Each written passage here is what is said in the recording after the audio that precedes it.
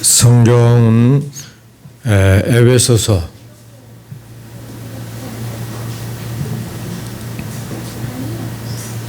1장 1절 말씀부터 10절 말씀까지 보겠습니다. 하나님의 뜻으로 말미암아 그리스도 예수의 사도된 바울은 에베소에 있는 성도들과 그리스도 예수 안에 있는 신실한 자들에게 편지하노니 하나님 우리 아버지와 주 예수 그리스도로부터 은혜와 평강이 너희에게 있을지어다. 찬송하리로다. 하나님 곧 우리 주 예수 그리스도의 아버지께서 그리스도 안에서 하늘에 속한 모든 신령한 복을 우리에게 주시되 곧 창세전에 그리스도 안에서 우리를 택하사 우리로 사랑 안에서 그 앞에 거룩하고 흠이 없게 하시려고 그 깊으신 뜻대로 우리를 예정하사 예수 그리스도로 말미암아 자기의 아들들이 되게 하셨으니 이는 그가 사랑하시는 자 안에서 우리에게 거저 주시는 바 그의 은혜의 영광을 찬송하게 하려는 것이라.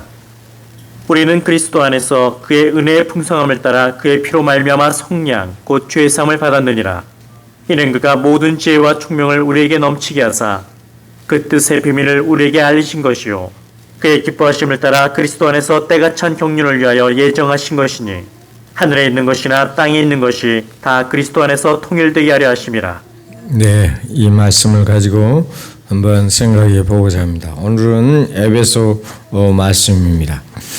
에베소는 우리가 여러 번 제가 이야기를 했죠. 바울 사도가 13권을 신약 성경에 썼다고 그랬죠. 그 중에 이제 에베소는 옥중서신이라 이렇게 이야기합니다.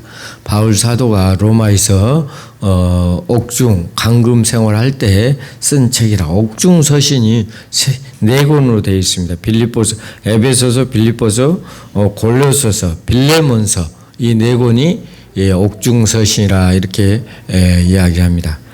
또 한 가지가 있는데 이제 목회서신이라는 것이 있습니다. 목회서신은 3권의 책으로 되어 있어요. 사도 바울은 사역하면서 옥에 갇힌 고충을 여러 번 당했습니다. 정확히 몇 번인지는 알 수 없으나 고린도후서 11장 23절에 보면 거짓 사도들과 비교해 옥에 갇히기도 더 많이 하고라고 했습니다. 여러분 예수 믿는다고 여러분 핍박을 받아본 적이 있습니까? 혹시 예수 믿는다고 직장에서 여러 가지로 괴롭힘을 당한 적이 있습니까? 사도 바울은 많이 했다는 것입니다. 옥에 갇히기도 하고 맞기도 하고 여러 면에서 고충을 많이 겪은 사람이 바로 바울이라는 것입니다. 그 횟수가 헤아릴 수 없다는 것이죠. 저도 이제 시골에서 살 때 제가 이제 서울에서 신앙생활을 하다가 79년도에 시골에 내려가서 신앙생활을 했는데 예수 믿는다는 그것 때문에 많은 고난을 당한 적이 있습니다. 내가 지나가면 예수쟁이라고 하면서 욕하고 또 뒤에서 여러 가지 이야기를 많이 했죠. 여러분 삶은 어떤 삶을 살고 있습니까? 바울처럼 이렇게 고통을 받고 살아가 있습니까? 저 어렸을 때만 해도 예수 믿는다 하면 좀 안 좋은 눈으로 많이 보았습니다. 그때는 70년도, 80년도 초였기 때문에 지금은 어떻습니까? 예수 믿는다 해도 그렇게 나쁘게 보는 사람이 거의 없습니다. 바울 사도는 엄청난 고난과 핍박을 받으면서 복음을 전했다는 것을 여러분 아시기 바랍니다. 그래서 복음 전하는 것을 두려워하지 않는 바울. 우리도 마찬가지로 복음을 전할 때 두려워하지 않고 복음을 전해야 된다는 것입니다. 사도행전 16장에도 포함되어 있습니다. 사도행전은 최소한 2회 이상 감옥에 갇혀 지냈다고 기록에 나와 있는데 한 번은 가이사라 그리고 또 한 번은 28장에 나오는 가이사 앞에서 재판을 기다릴 때 로마 감옥을 이야기하고 있습니다. 바울과 시나가 감옥에서 기도하고 찬양을 할 때 옥문이 열리는 사건이 나옵니다. 그런데 그 간수가 죽으려고 할 때 간수에게 바울이 뭐라고 그랬습니까? 우리가 여기 있노라.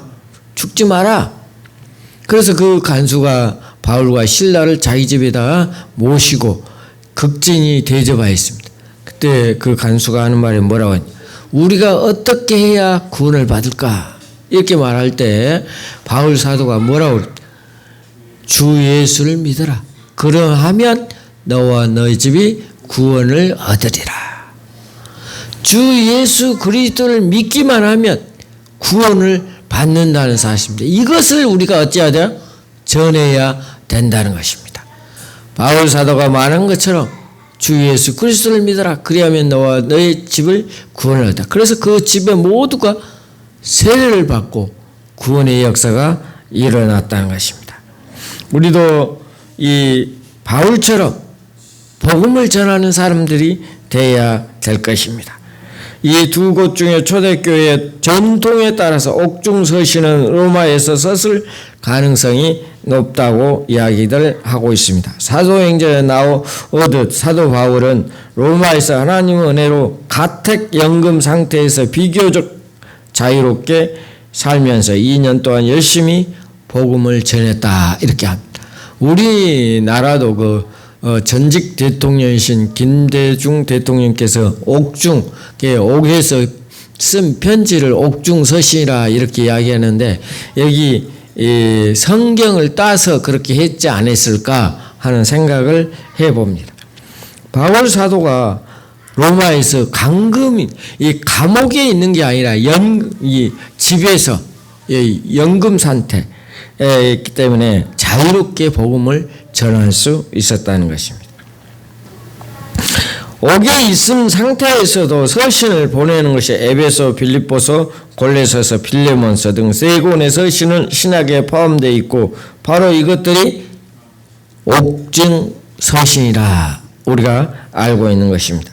성경의 순서는 서신의 분량에 따라 결정되듯 하지만 시대적으로 볼 때 빌레몬서, 골로새서, 에베소서, 빌립보서의 순서로 쓰여졌지 않을까 학자들은 이야기하고 있습니다. 이 순서는 이야기를 구성해 본다는 것이 다음과 같습니다.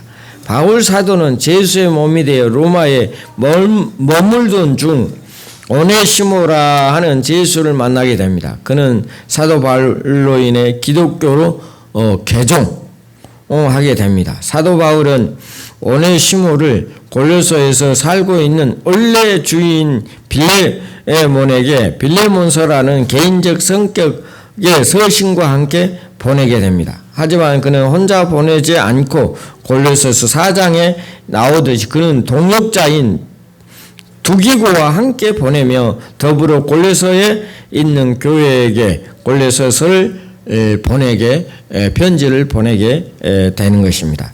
이들은 로마의 아시아에 있는 골로새에 가고자 했다면 배로 어디를 에베소를 항구를 거쳐서 자연스럽게 가기 때문에 에베소 6장 인사 부분에서 두기고라고 언급하는 것을 보면 그때 에베소에서도 함께 가졌을 것이라고 이렇게 추정을 해 보고 있습니다. 순서상 에베소가 나중에 쓰였다고 생각하는 근거는 에베소가 전체 문구의 3분의 1가량이 골로새서에서 취한 것으로 서신 전체의 골로새서에 의존하고 있다는 것은 깊은 인상을 주기 때문입니다. 빌레몬서, 골로새서, 에베소 등 세 서신의 두기고와 연결할 수 있으나 빌립보서는 빌립보 교회가 바울에게 파견한 에바로리디오 연결되어 있으며 내용상 다른 세 개의 옥중 서신과 차이가 있다는 것입니다. 그러면 에베소에 대해서 잠깐 한번 생각해 보겠습니다. 에베소는 사도 바울이 로마의 감옥에서 쓴 서신 중에 하나라 이렇게 생각이 됩니다. 로마 제국은 아시아 쪽의 주요 도시인 에베소를 해상과 육상의 무역으로 교차하는 지리적 위치 때문에 교통과 상업의 중심지 역할을 했으며 특히 서부 해안에 있던 항구 도시입니다. 저도 에베소에 한번 갔다 왔다고 이야기했잖아요. 그 에베소가 진짜 지금도 그 유적지를 보면 웅장합니다. 그리고 뭐가 있다고 그랬어요? 도움처럼 이렇게 그 얼른 또 이 생각이 안 나네. 네. 온영 극장, 극장이 있어서 한번 둘러보고 온 적이 있습니다. 터키의 서부 지역이죠. 특히 이제 세계 7대 불가사의 가운데 하나로 손꼽히는 풍요의 여신 아테미 신전이 그 유형을 자랑하면서 항상 많은 순례자들이 각지에서 모여들고 있습니다. 지금도 그 에베소는 사람들이 많이 모이는 곳입니다. 그래서 그 현대에도 에베소 유적지는 끊임없는 관광객들이 모여 북새통이 이루고 있다고 합니다. 그리고 이 터키라는 나라가 옛날에는 소아시아 7개를 바울 사도가 전도를 했는데 지금은 99%가 이슬람으로 되어 있습니다. 참으로 안타까운 나라가 터키가 아닌가 이렇게 생각됩니다. 사도행전에서 보면은 에베소 교회는 사도 바울이 3차 전도 여행 때 3년 동안이나 거기에 머물면서 눈물로 목양을 했던 교회가 바로 에베소 교회라 이렇게 이야기를 합니다.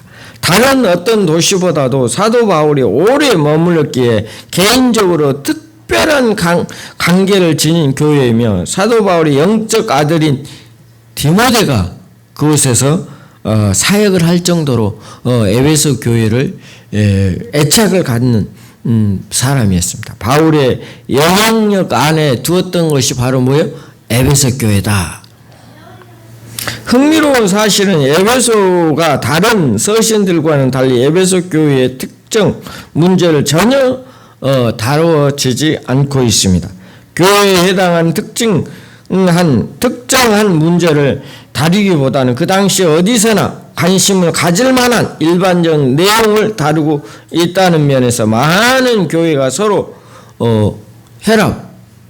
서로 이제 통용하는 그런 것이 아닌가 이렇게 생각이 됩니다. 추측이 된다는 것입니다. 3년이라는 세월을 사역했는데도 다른 서신의 마지막 부분에는 일반적으로 나오는 그 지인들, 자기가 알고 있는 사람들을 이야기하는데 그런 것들이 전혀 나오지 않고 있습니다. 에베소 교회 당시 소아시아의 여러 교회들 중에 중심이 되었던 교회가 바로 에베소 교회다. 주위의 교회들이 모교였으며 에베소가 로마 제국이 주 도시였다는 것을 우리가 생각해 볼 수가 있습니다.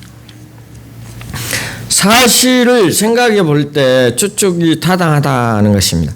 아마도 두기고가 골로새서의 빌레몬서를 가지고 골로새서를 향해 지나가는 길에 에베소에 있는 교회들에게 에베소에서 전했다는 것이 성경학자들의 이야기입니다. 여기서 빌레몬이라는 사람이 나오는데요. 빌레몬은 원래 부자였고 아주 그 지방의 유지였다고 이야기할 수가 있습니다. 그런데 바울이 전도했던 사람이 있죠.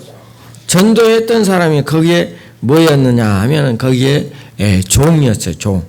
종이었는데 그 종을 바울 사도가 전도해서 빌레몬을 보내줬고 빌레몬에게 그 종에게 특별히 이 빌레몬에게 부탁을 해서 옛날에 자기의 종이었던 사람이 자기를 배반하고 갔지만 용서해 주라고 이야기한 책이 바로 빌레몬서입니다. 사도행전의 기록을 보면 바울이 에베소에 있던 때 많은 사건이 일어났습니다.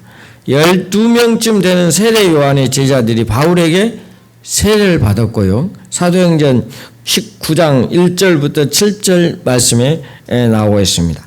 바울이 두란노 소원에서 날마다 주의 말씀을 가르치며라고 사도행전 19장 8절부터 10절 말씀입니다. 그러면서 병을 고쳐주고 악귀를 쫓아내는 놀라운 기적을 행했다고 사도행전은 이야기해 주고 있습니다. 또 마술 행한 사람들이 자복을 하고 마술책을 전부 다 모아다가 불을 살리는 일도 일어났습니다. 또한 여러 가지 은장색의 주동으로 아테미 여신의 이름을 외치며 소동을 일으키는 사람이 바울이 대적한 일도 당했습니다. 에베소는 하나님의 영원한 계획 속에 있는 이방인 그리스도인들을 유치에 초점을 맞추고 있다는 사실입니다.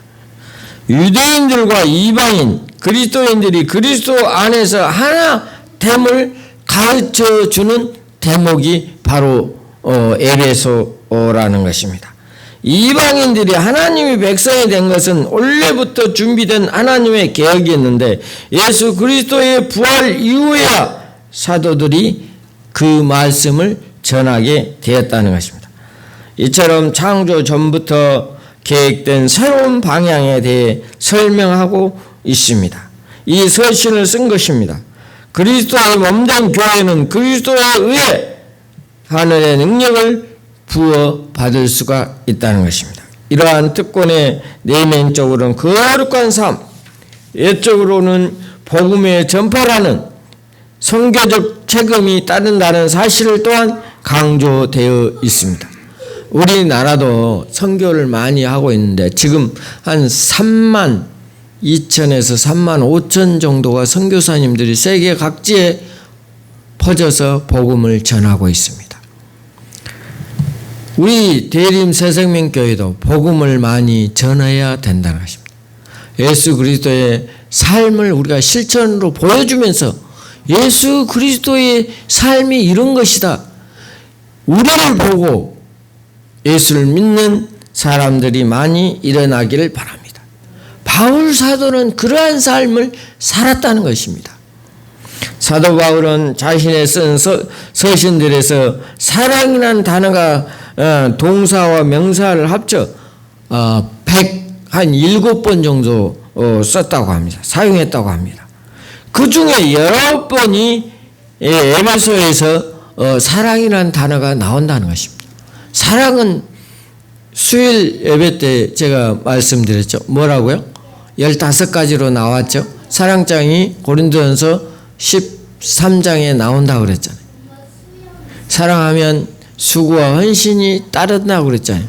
사랑하면 이야기하고 싶고 또 주고 싶고 사랑하는 뭡니까? 그 사람의 말을 들어준다고 그랬잖아요.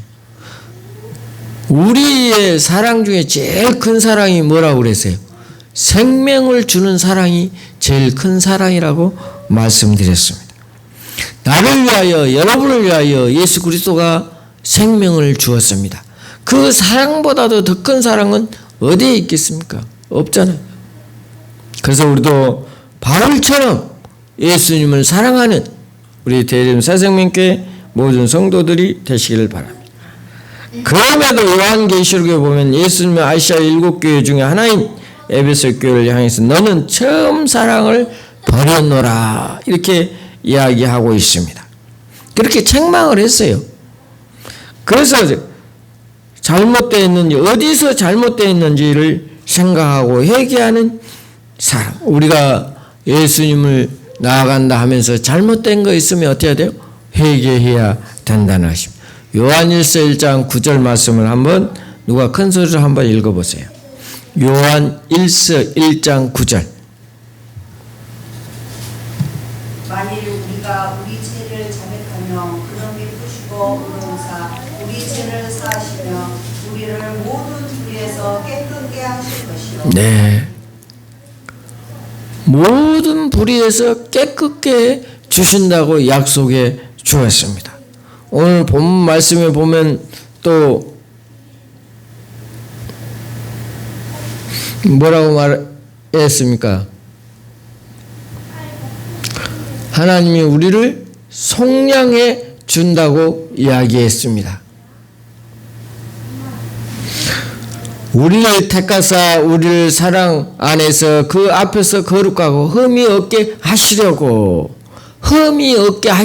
누구로? 예수 그리스도 그 기쁨 뜻대로 그리스도로 말미암아 자기 아들들이 되게 하셨으니 예수 그리스도로 말미암아 우리가 하나님의 자녀로 되게 했다는 것입니다. 그는 그의 사랑하시는 자 안에서 우리에게 거저 주신 바 그 은혜의 영광으로 찬송하게 하려는 것이다. 우리는 그리스도 안에서 그의 은혜의 풍성함을 따라 그의 피로 말미암아 속량 곧 제사함을 받았느니라. 우리는 예수 그리스도로 말미암아 제사함을 받았다는 사실을 여러분 마음에 깊이 새기시기 바랍니다.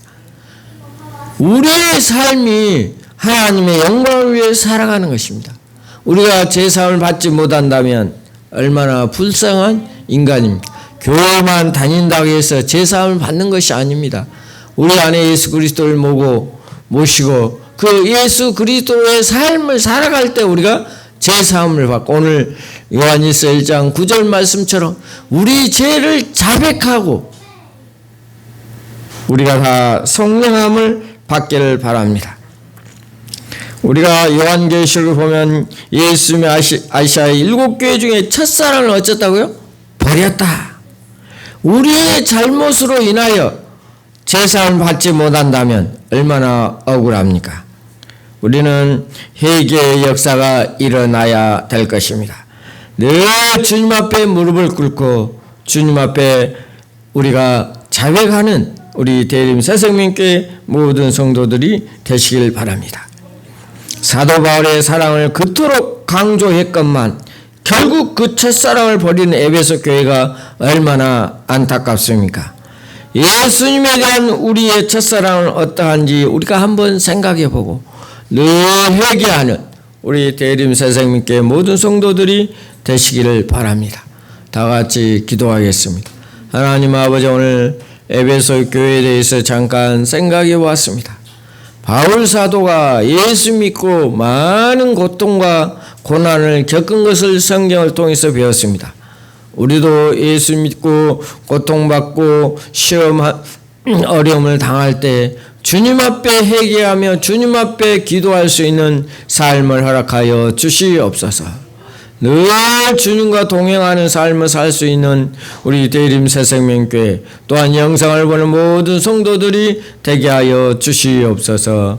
예수님의 이름으로 기도하옵나이다. 아멘.